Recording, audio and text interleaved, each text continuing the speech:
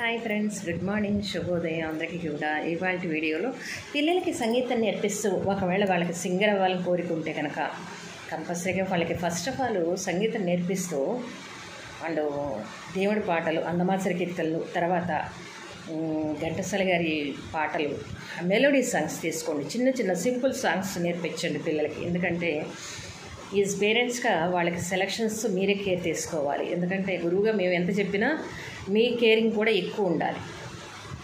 Melody songs, simple songs, గమకాలు ఎక్కువ లేనివి అలా తీసుకొని చిన్నగా వాళ్ళకి ట్రైనింగ్ ఇస్తుంటే ఆటోమేటిక్గా వాళ్ళే తయారవుతారు మంచి సింగర్గా.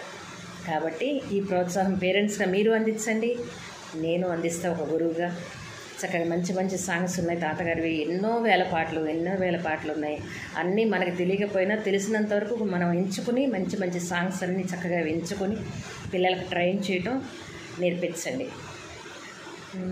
నా హృదయంలో నిదురించే చెలి, కలలలోని కవ్వించే సఖీ, మయూరివై వయారివై నీవే నటన మాడినావే, నన్ను దోచినావే, నా హృదయంలో నిదురించే చెలి.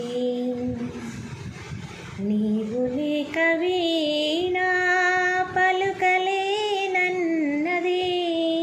నీవు రాక రాధా నిలువలేనన్నది,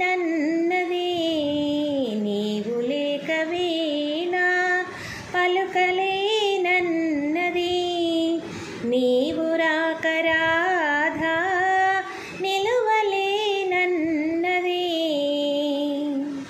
ఎంత మంచి సాంగ్స్ ఉన్నాయండి, మనం ఎంచుకోలే కానీ చాలా బ్యూటిఫుల్ సాంగ్స్ ఉన్నాయి తాతగారివి. అండ్ చాలా నాకు కూడా ఇష్టం మెలోడీ సాంగ్స్ అంటే. పిల్లలకి నేను నేర్చుకోవాలి అంటే ఒకటే సాంగ్ ముందు ఫస్ట్ నోట్స్లో రాసుకోవాలి కంపల్సరీగా. ఆ పాట స్పష్టంగా రాసుకోవటం నేర్చుకోవాలి, రాసుకున్న తర్వాత వినటం నేర్చుకోవాలి, విన్న తర్వాత సాధన చేయటం నేర్చుకోవాలి. పాట పాడటం అంటే ఆషామాషి కాదండి, ఎంతో కృషి చేయాలి.